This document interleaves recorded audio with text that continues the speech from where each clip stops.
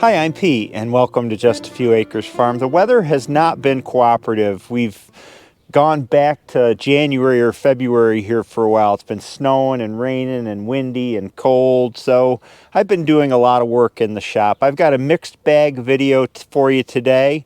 Some work in the shop, some stuff outside with the animals, and some, well, who knows what. We'll find out. The cattle have been telling me a lot lately. We think it's about time to go out on pasture.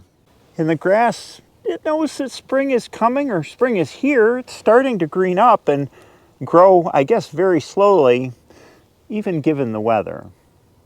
When the grass starts greening up, it's time to spread manure, but it's just been a little bit too wet. I need a few good dry days of sunny weather, and then I'm going to get to it. I got quite a bit to spread out here. Hi, Ginger.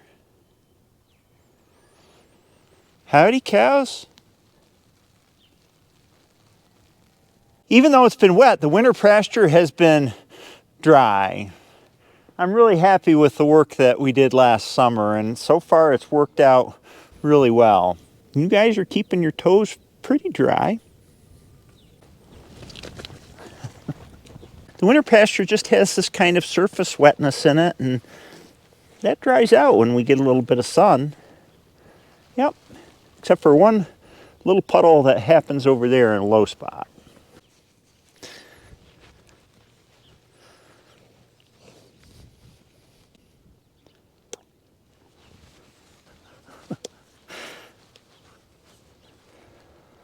Oh, you guys. The cattle's calves aren't due until, I think, toward the end of May, but they're showing. This last trimester of pregnancy, they start to get pretty round. Let's go out through here. Hope you don't get shocked.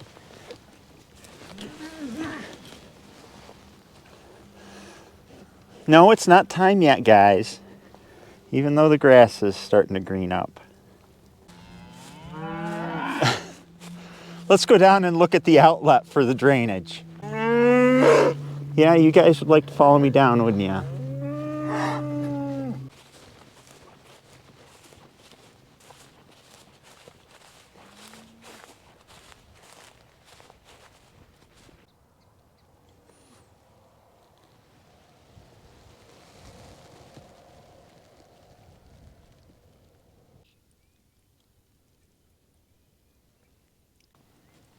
There's no standing water in here, even though we've been getting precipitation. That's the idea. The last time I showed this, there was a lot of water in here, but it disappears. It takes longer to disappear at this time of year when there's less absorption and evaporation because everything's still soggy, but it disappears fairly quickly. And in the summer, I expect, we get a thunderstorm or something and water pours out of that pipe and fills this up. It'll be gone in a few days. That's the idea behind detention basins, like you see at shopping malls and things like that. They've got grass planted in them and they don't pond for very long. This won't either. That's my expectation anyway. They're all standing at the fence. Let me out! One more thing before I go into the shop. The first batch of chicks for broilers is coming next week. Hopefully, if everything goes according to plan. I got confirmation from the hatchery, so in a matter of 3 weeks, we'll be starting to get these boxes out and run chickens across the pasture. Hillary's looking forward to it. For me, I'm looking forward to having chicken to sell at market because chicken sells like hotcakes. Where did the expression come from anyway?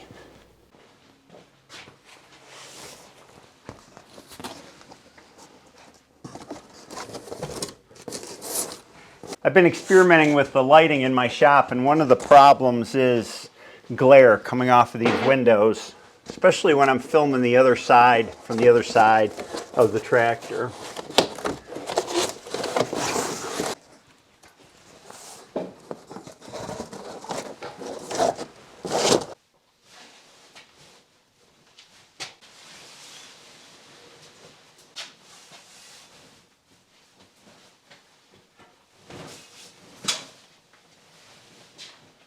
I've made good progress on the tractor. Here's the front grille. And then as we come along the side, it's hard to navigate around the parts hanging up in here.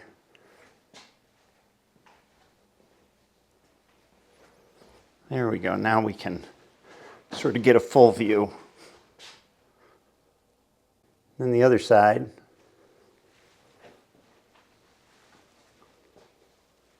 The dash is all wired in, put together. And I've got most of the connections made in back. It's a work in progress. There's a lot to wiring one of these tractors. This is the parts manual, and here's the wiring diagram. I buy my harnesses, and there's, let's see, 5 separate ones: front, left, right, rear, and fender harness. I buy them from Brillman pre-made because they look professional. Yes, you can make your own wiring harnesses for a lot less money, but they never look the same, and originality is really important to me. When you get a harness from Brillman, you get a sheet with the harness like this. I don't know if you can read that, but it's got each number and then where it goes to. So the end of each of the wires, they put a tag on with the number, and then they say on the list what you connect it to. So it's really kind of a plug and play thing. It just takes time because there's a lot of connections. Especially back up in here at the rear of the dash, that's really the heart of everything. But the big job today, well, maybe today and tomorrow, is to put the rear wheels on. I'm excited for that. This is a real milestone in the project. Haven't seen these in a while. I put those centers in the bucket loader and sort of clean them at waist level, above waist level, to make it easier. But when I flip them, man, they are heavy. I don't know what they weigh. I'm a terrible judge of weight. 3, 4, 500 pounds. I guess somebody could look it up. Much heavier than the old cast centers off of the letter series, for sure. So it's going to be a trick to get them on. I looked it up. The wheel centers weigh about 460 pounds each. I think this needs to raise about 3 inches to fit the center and the tire in.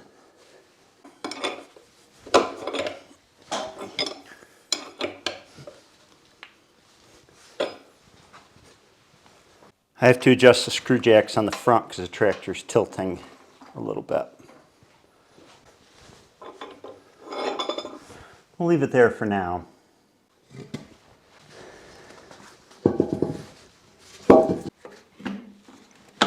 This axle needs to turn a certain orientation.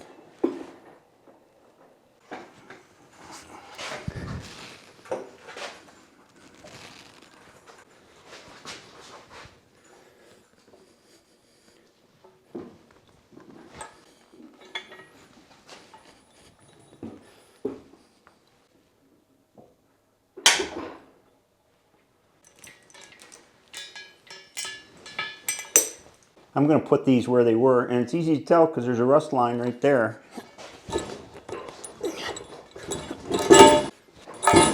These centers are 38-inch diameter wheels. The tractor did have 34s on it.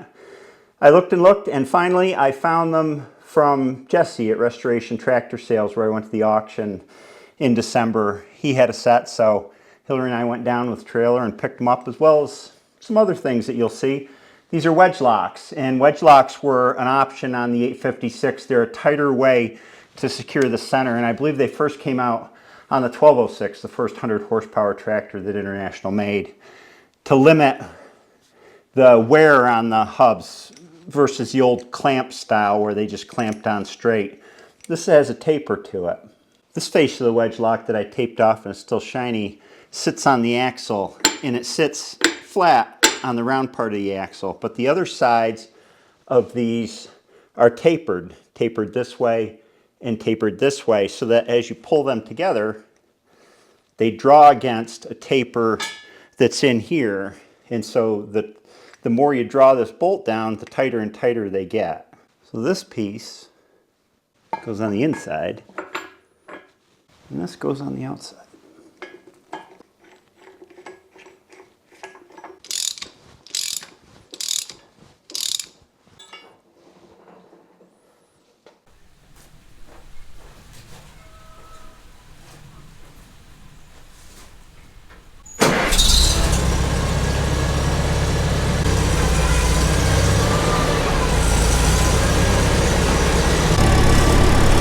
Oh, it's snowing a little bit.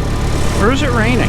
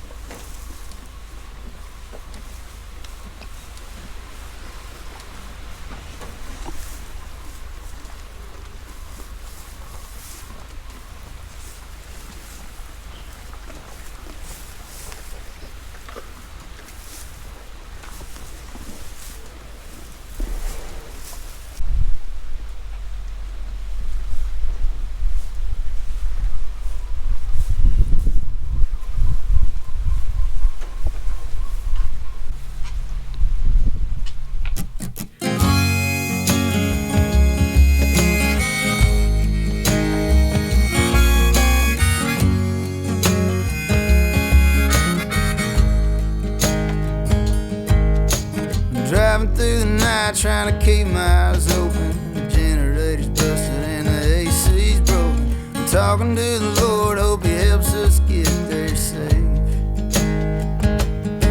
And we made it to the show, now we're singing to the crowd. We're playing encore and they're screaming real loud. Try to get home early, but I know that ain't the case. Yeah, it's another hotel room, sleeping on the floor. I'm hurting in the morning from the night before. Pay my dues, I'm eating up the road. I'm coming home, baby, leave the porch light on.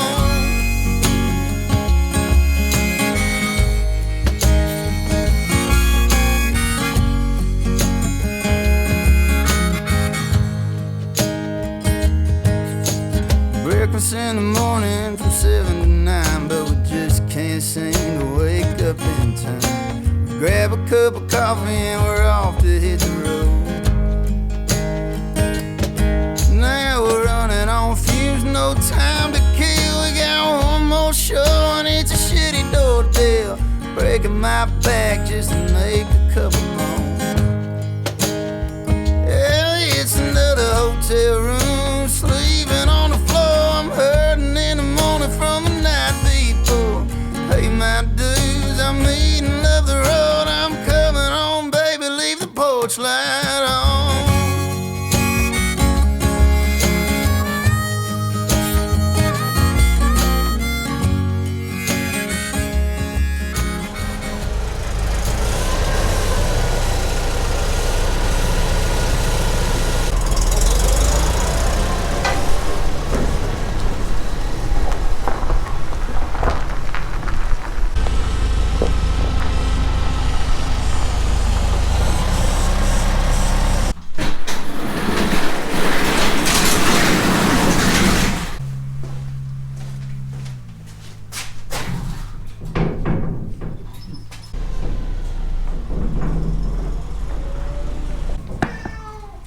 You're stuck in there now, Ezra.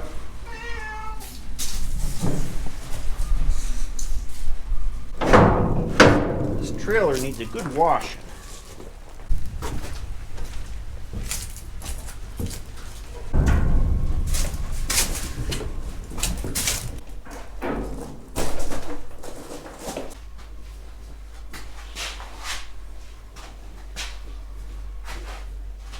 Oh my gosh, dirty.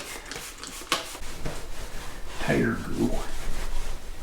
See these lugs here, these raised spots? You can put the tire in two different positions, and then The lugs are what keep it from spinning, the rim spinning on the wheel center. They grab onto the center. These wheels have 2 starter clamps on each one to get started with. Here's a normal clamp. See how much taller it is? The starter clamps clamp right to the rim flat, and the other ones are designed to hold tension on the rim. Where is that compression? I don't know. What I'm going to do here is put one each 90 degrees apart.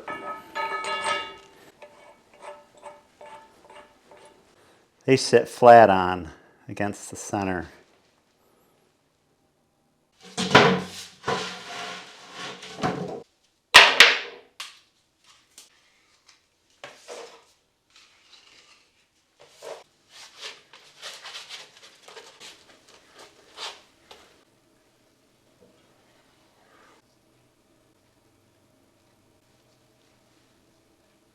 This plywood is now rated for outdoor use.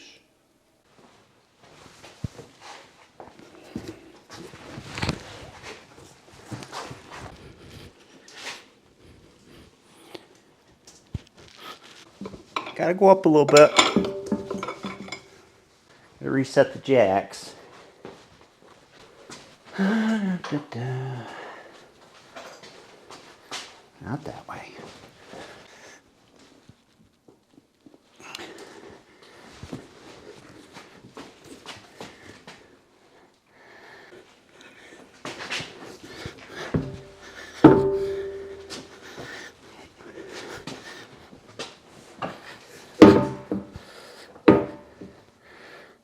That grease works pretty good. We gotta line up these drive lugs.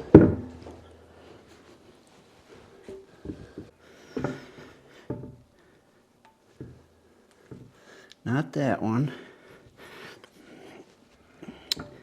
Not that one. They're in different spacings for different makes, I think, wheel configurations.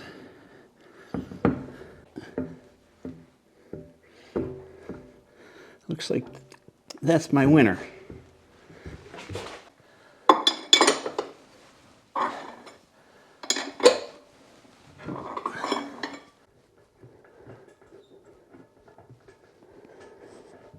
I love this tire. Snug these up equally at first so the thing remains centered in here.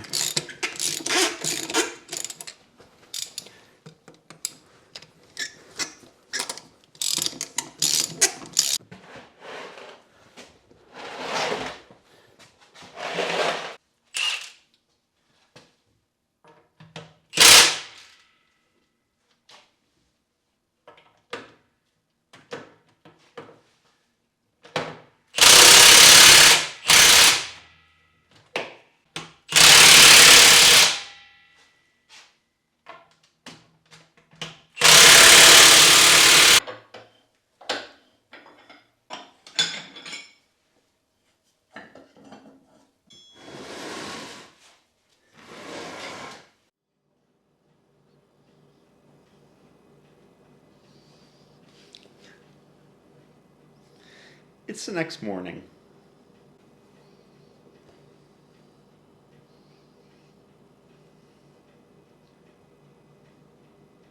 I prefer to cover it up and roll it up in a small frame like this because that way I can pull it out and work on it or put it away instead of putting it in a big frame.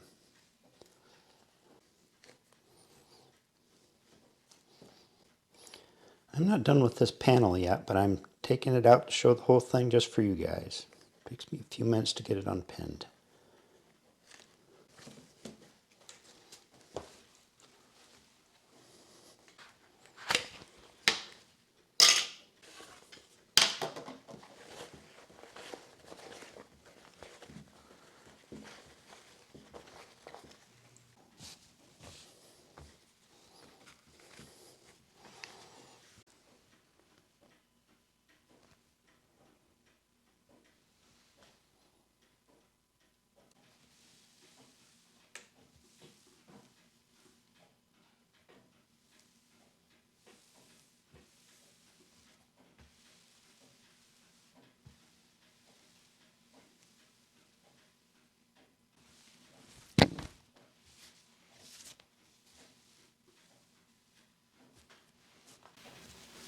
The back side. Lots of tie-offs. That's where I started with the strings when I started with the parking method, but I quit that and started just tying it off a lot. These tires are Firestone Sat 2s, 18.4 by 38 bias ply. I've run the same tire on the 656 a lot over the last 10 years or so, and they've held up really well. They still almost look new. So I'm really happy with these. I also got these from Jesse at Restoration Tractor Sales, as well as the rims. He mounted them tubeless, as well as mounting and painting the front tires, which you'll see in a little bit. As for these old tires, which were on the 856, these are 34 diameter, 18.4 Sat 2 bias ply, same thing, Firestone. I'm going to take these and mount them directly on to the 756 because the 756 tires are really tired.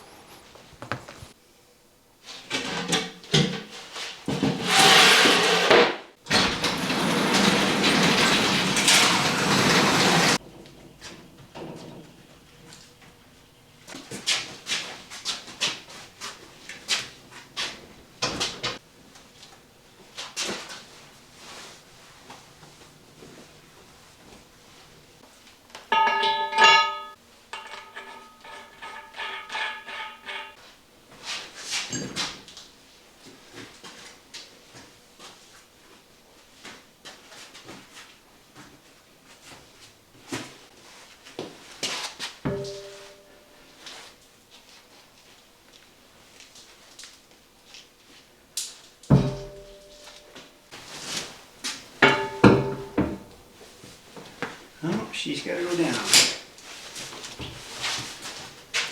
Down is easy.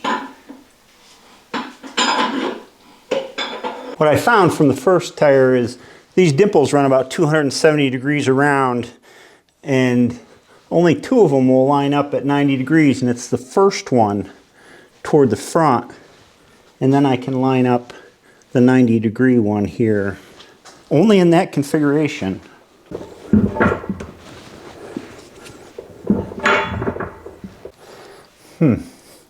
I'll bet you since this rim's reversed, because it's on the other side, the stem's facing the outside, that it's actually the trailing lug. Yep. Okay.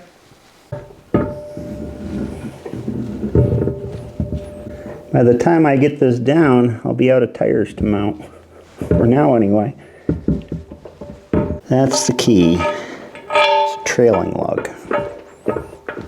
See what I mean here? This is the first starter clamp on this lug, which is the end of the line. Well, it's not the end of the line, actually. There's one there. And then it lines up over there. Let me check my other clamps. Are they all right? The problem you'll run into if you don't get them right is this bump will be partially on a clamp, and then you can't get the thing seated. But looks like they're all right, even though I'm on the second one.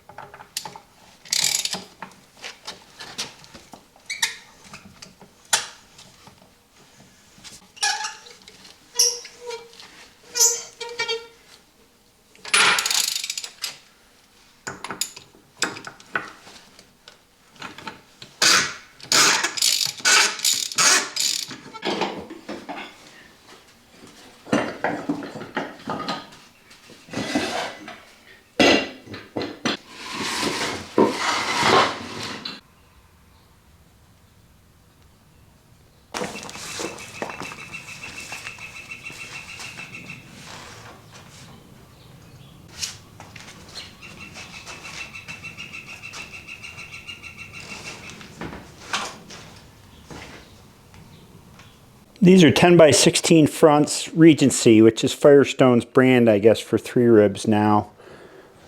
She looks beefy. Beefier than with the 15s on the front for sure. Those old car tire or truck tires that were on it.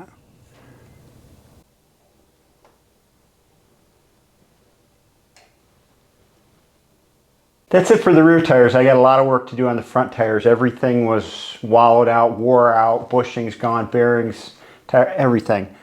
So that's next. I'll have to tighten the clamps after the wheels turn a little bit after it's running, and of course the wedge locks get tightened repeatedly. I'll keep drawing those down as things settle in. Tap on the side of the axle with a hammer, with a sledgehammer, and tighten them in is the way I've been told to get them tight.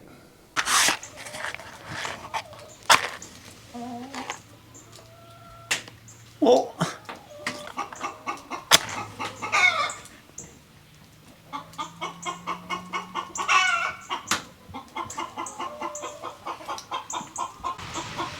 she's in a fuss over there. Unhappy about something.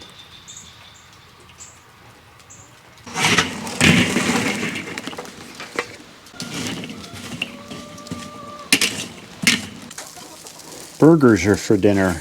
Half pound, our own Dexter beef.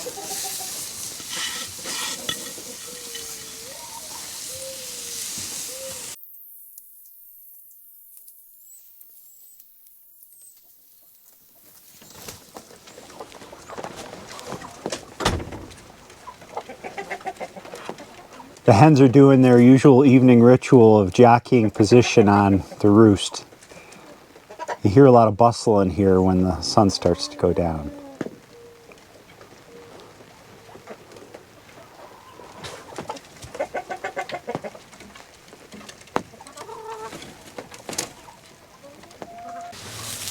Flip them.